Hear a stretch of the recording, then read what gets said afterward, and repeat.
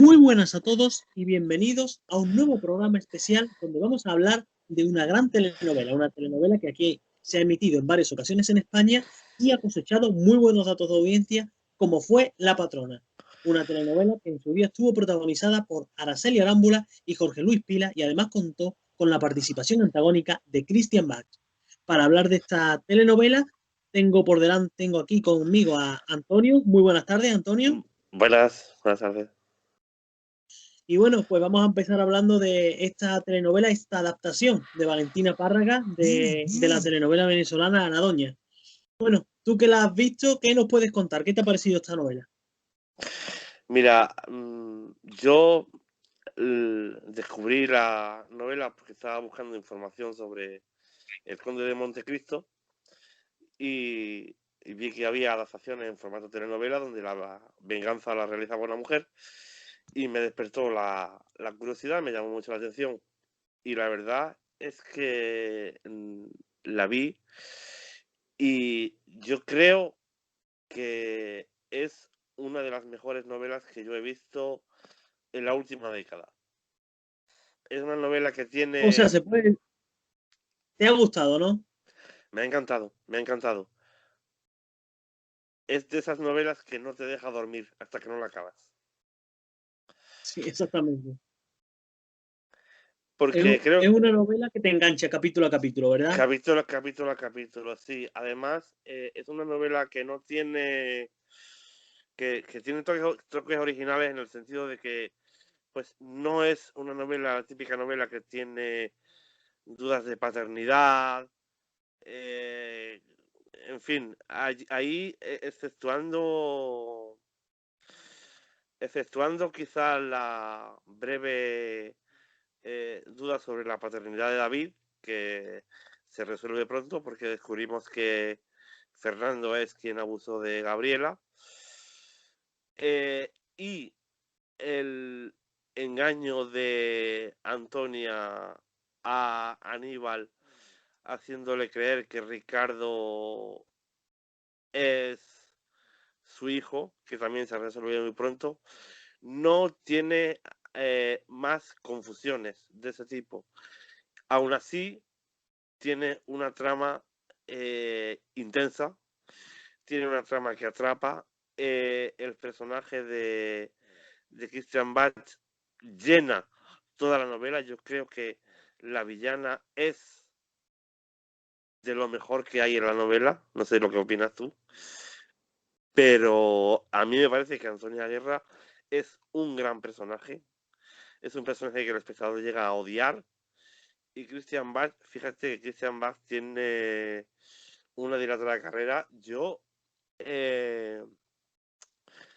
todavía me acuerdo que la vi por primera vez en Los ricos también lloran, haciendo de Joana, que era la madre biológica de María Isabel, que la interpretaba Edith González, fíjate, con 14 años, Edith González.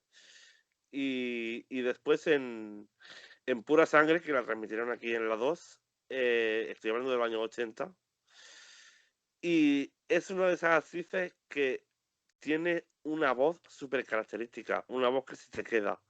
Y viéndola de villana, a mí me ha encantado. Porque no la habías visto de villana en ninguna novela, ¿no? No la había visto de villana hasta La Patrona.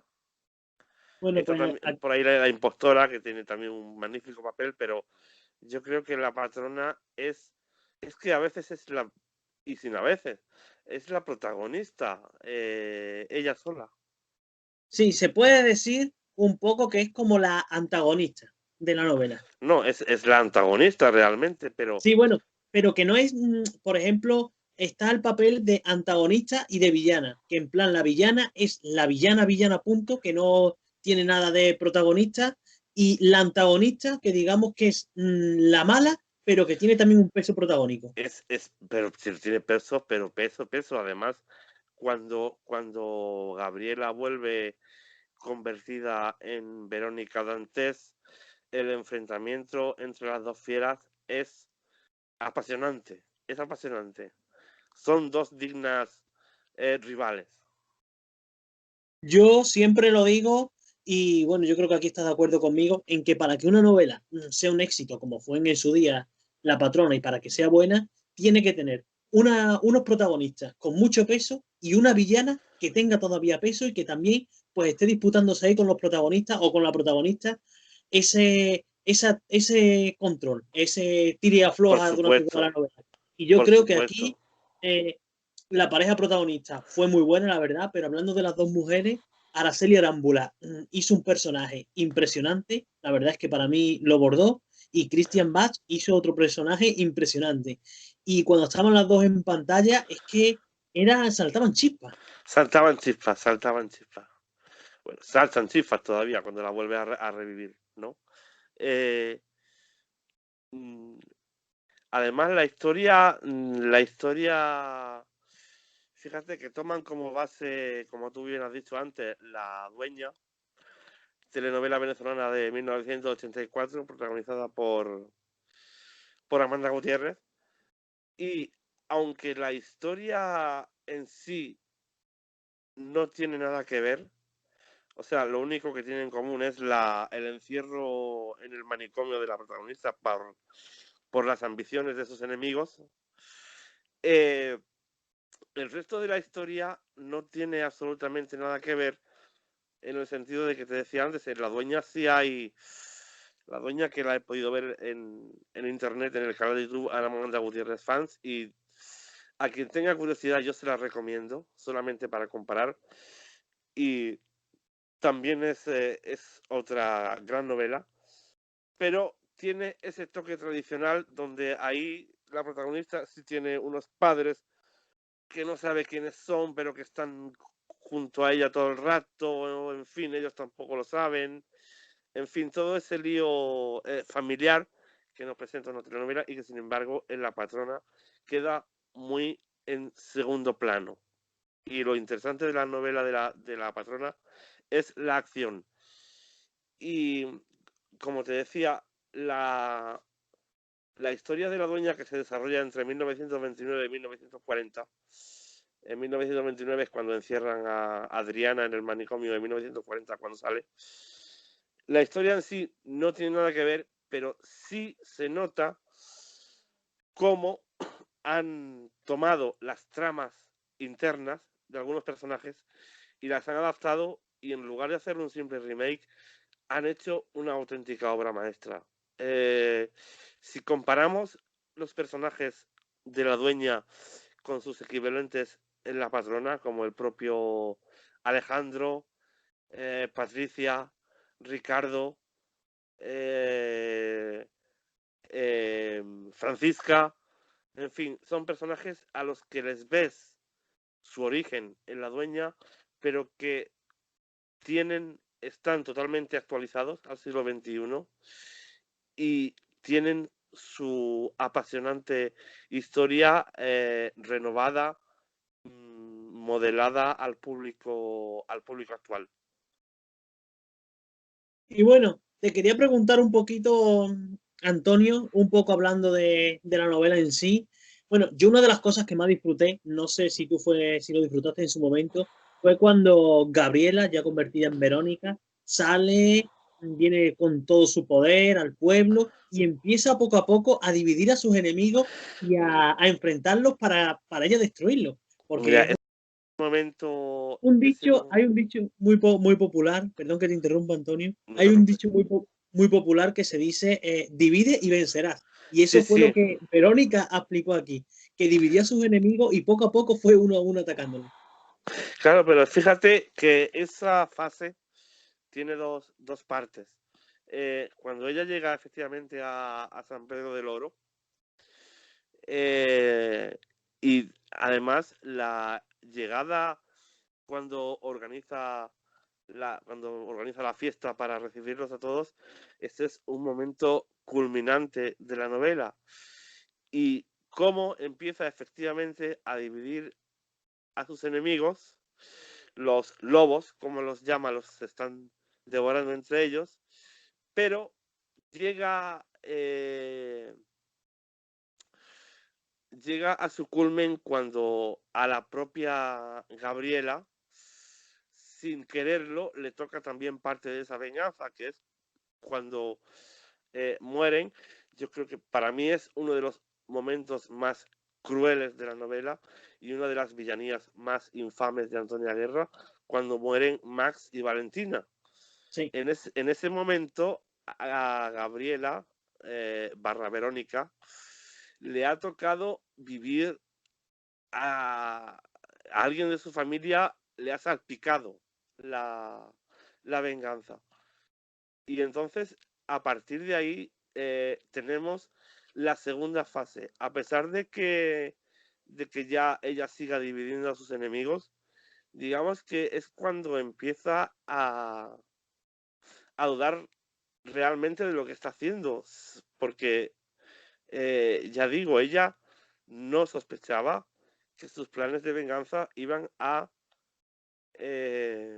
volverse contra ella o contra alguien de su familia, ¿no?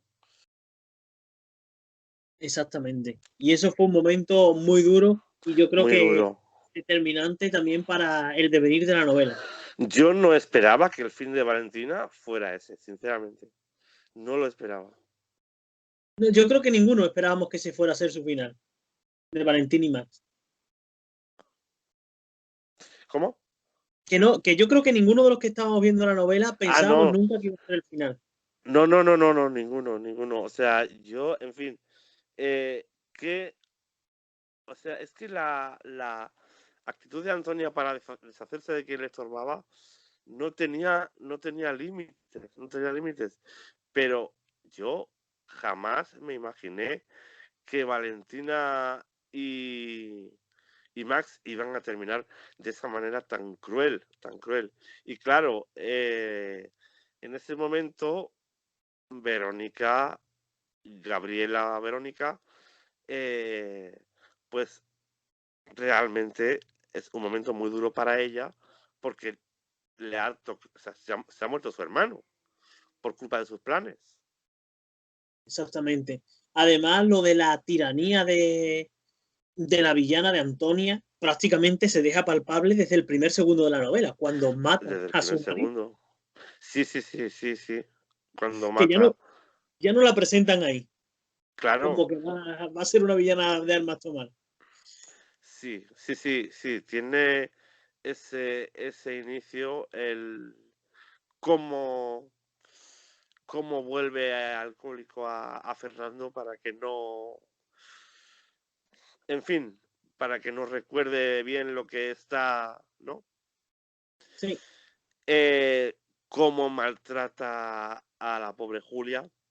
Julia es otro de los personajes que aunque dura muy poco, es muy entrañable, se le coge cariño. Y bueno, incluso pues ese poder que tiene para manipular incluso al propio David, ¿no? Es decir, es una villana, eh, es una villana, como hemos dicho antes, que realmente supera a veces a la propia buena, por decirlo así, ¿no? De la novela. y además, tú que has dicho lo de manipular, logra manipular con sus encantos a Rodrigo Balmaceda, que era apodado Mano de Hierro, alguien que nadie lo había podido nunca manipular. Sí, sí, sí, sí. Bueno, esa historia que le ponen a Rodrigo con Antonia, por el... Además hay una confusión ahí porque por lo visto la primera esposa de Rodrigo también se llamaba Antonia. Y entonces ahí hay dos características. Por una parte, como tú dices, seduce a, a Balmaceda, Mano de Hierro, eh, lo usa con toda frialdad para sus planes, pero también vemos como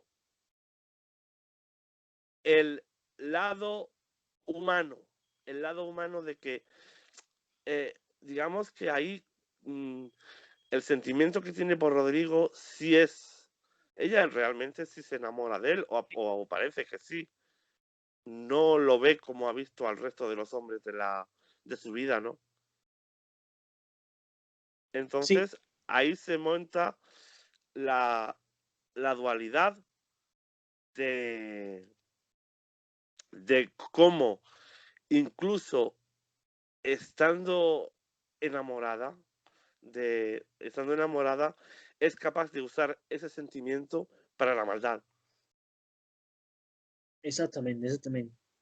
Y otra cosa que a mí me pilló muy de sorpresa, no sé a ti, Antonio, es el cambio que hizo Irene Montemar, que pasó de ser una villana en la primera parte de la novela, total, que de hecho yo pensaba que iba a terminar mal, porque la verdad que había hecho muchísima villanía, a después esa trama de la enfermedad de su hijo, de su hija, perdón, que lo estuvo bastante mal, ya después Lucho, que apareció Lucho Vampa, todo eso, ¿cómo la cambió? Es que, mira, Irene, a pesar de que, como tú dices, es una villana, Irene es una mujer que tiene como modelo a Antonia, que es la mujer más importante del pueblo, y lo que ella quiere en un principio es imitarla, porque es su referente, ¿no? Pero vemos que no tiene ni la astucia, la inteligencia, ni la maldad que tiene. Entonces, ella, para conseguir a Alejandro, se embauca en la trampa. Vemos como en los primeros años, incluso de cuando tiene a la hija, no la quiere, pero efectivamente, como tú dices, a raíz del asunto de la enfermedad y de Lucho, por supuesto, pues va cambiando y gira. Y es un personaje muy con un matiz, ese matiz evolutivo que tiene es muy bonito. Erika de la Rosa a mí me enamoró en ese personaje. Y, y bueno, aunque yo tenía la idea equivocada de que al final pues Lucho podría quedar con Gabriela e Irene reconciliarse con Alejandro para que así la venganza quedara más redonda. Pero no, pero no. La verdad que el personaje de Irene da un vuelco y el de Lucho también, Sí, porque, ambos cambian.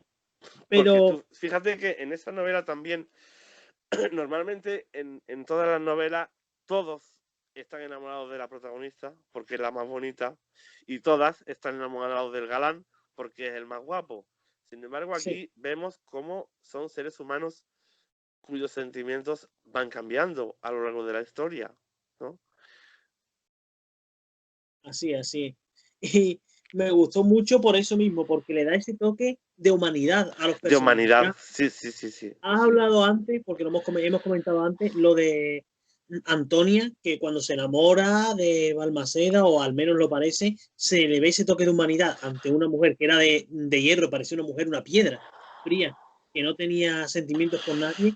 Lo mismo, Irene, que era una mujer que en los primeros capítulos tú la ves y era, como tú has dicho, la copia de Antonia, no le temblaba la mano para nada. De hecho, cuando entra allí a la cárcel y humilla a Gabriela, esto, lo otro. La verdad es que se le Bueno, veía. la escena, el asunto del vestido de novia, Sí, eso es, eh, mm, la verdad que no sé qué calificativo buscarle. Eso es humillante totalmente.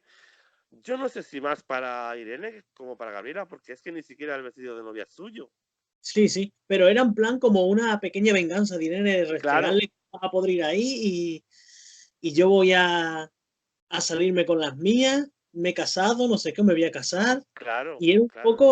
un poco como venganza, por eso decía que es que utilizaba cualquier medio para herir a la protagonista, pero cómo la humaniza, cómo es de humana, y poco a poco pues va cambiando la novela, se va arrepintiendo de todos sus errores, que la verdad es que a mí me lo dicen al principio, que Irene va a terminar siendo así, y te hubiera dicho que es mentira, no me lo hubiera creído. No, no, yo tampoco, yo tampoco.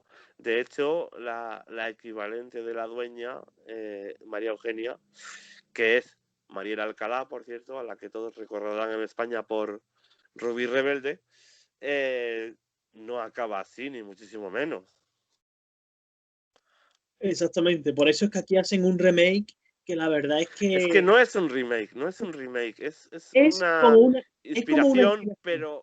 pero es una historia totalmente renovada, fresca, y además es una novela que te marca. O sea, yo a toda la gente que se la he recomendado, la verdad es que no la he decepcionado. Incluso hasta se ha llegado a crear un grupo de WhatsApp para comentar la patrona entre mis amistades y yo. O sea que fíjate hasta dónde hemos llegado con la novela, ¿no? Gracias a la novela, ¿no? Sí, y bueno, te quería preguntar, Antonio, un poco entre el resto de villanos y ya no protagónicos, ¿cuál es el que más te gustó a ti o más te destacarías tú? Porque había de todos los tipos. Estaba Ricardo Villegas, que era el típico, no, perdón, Mira, Ricardo Villegas, no, Aníbal Villegas, que era el Aníbal, político corrupto.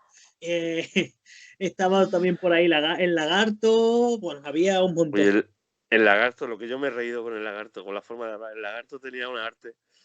Y no digamos el matrimonio Montemar. Uf, No digamos eh, cómo Prudencia, esa mujer tan beata, tan piadosa, en el momento que ve que su marido le está poniendo los cuernos, ella no duda en pagarle con la misma moneda. sí, sí. Sí, yo esperaba aunque que se contuviera un poquito de no, pero rápidamente cae en las manos del lagarto, en brazos del lagarto y a, y a devolverle la jugada, ¿no? Y Julio, y ya te digo, Julio y Prudencia me gustaron mucho por ese detalle. Aníbal es efectivamente un político corrupto que además es uno de los personajes que yo creo que hace a, ¿cómo diría yo? Es uno de los personajes que hace que la novela sea más interesante para el espectador de ahora, porque la corrupción política es un tema que desgraciadamente tenemos en la actualidad todavía, ¿no? Y vemos cómo en un género televisivo tan popular como una telenovela lo tocan y lo tocan de una manera tan magistral. De hecho, además de ser un político corrupto, es un viejo verde, es decir, cuando tú lo ves seduciendo a Verónica, es ridículo, es ridículo. Además, de verdad, de verdad.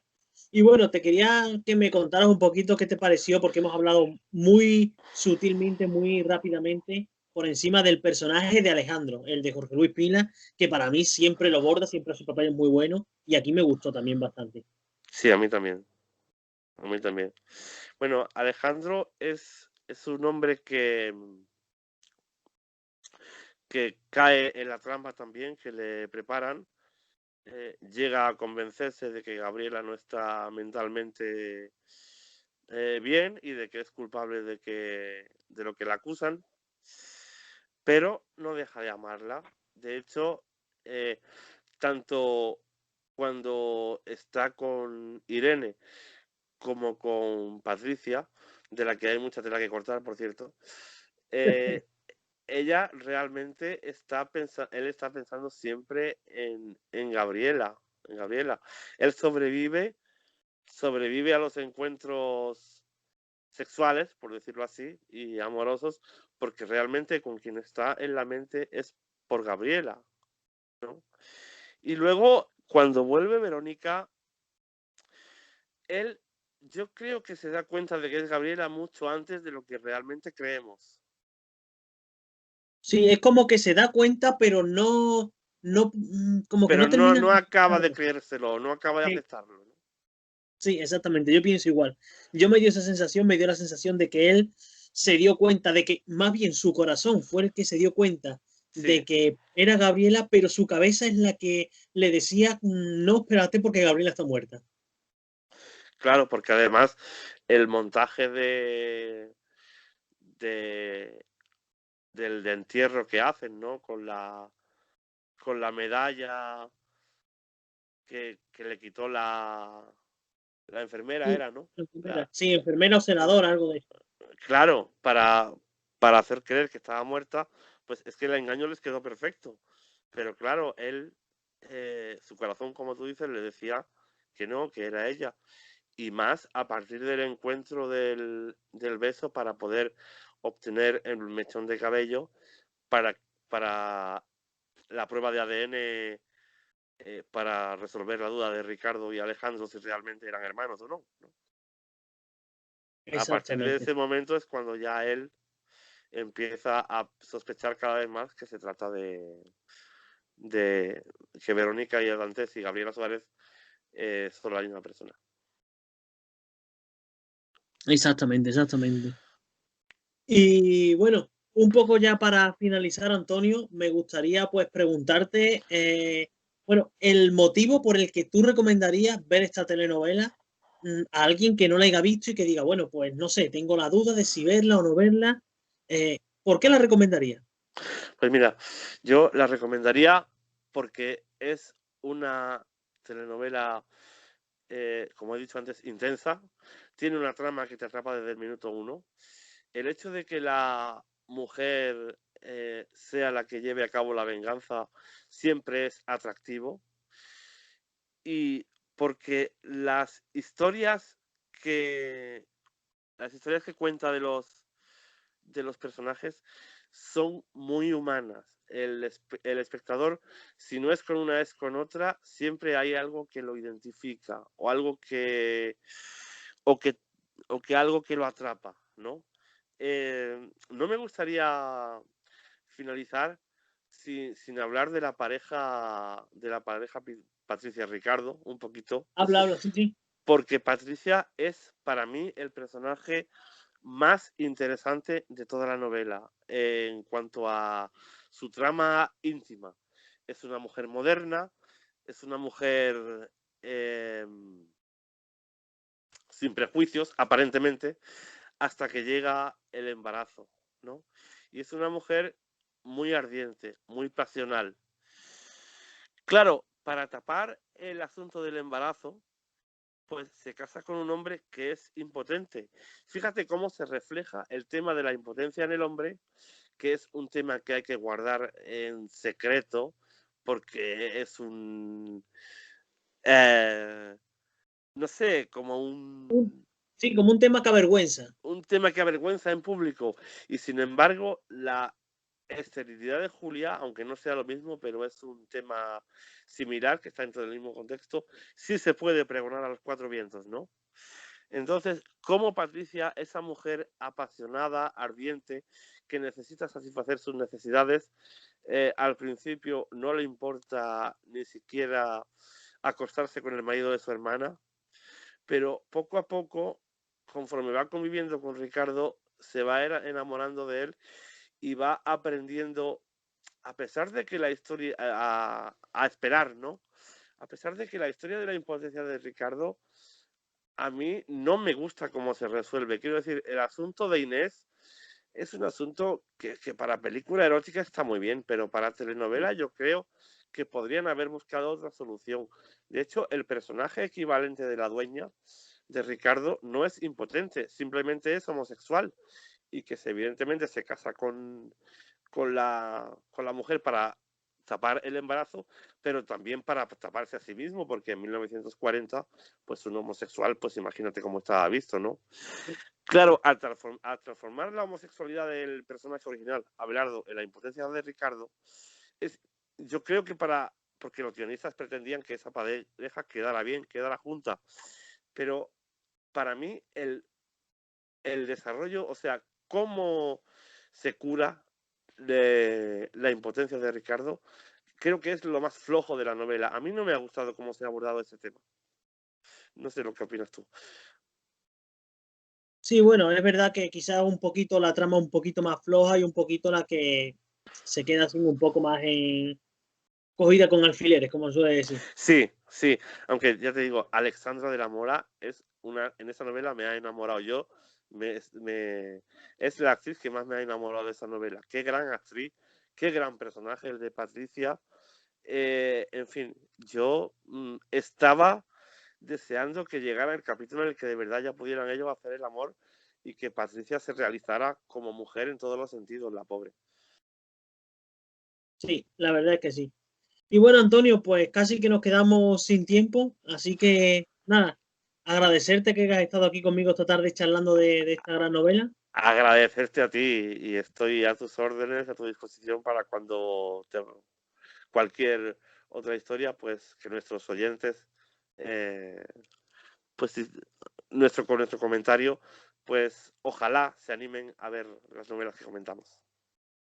Pues sí, igualmente. Pues nada, a todos los que nos escuchan, pues agradecerles que nos escuchan y nada, decirles pues que muy pronto pues subiremos nuevos vídeos y nuevas tertulias sobre nuevas telenovelas.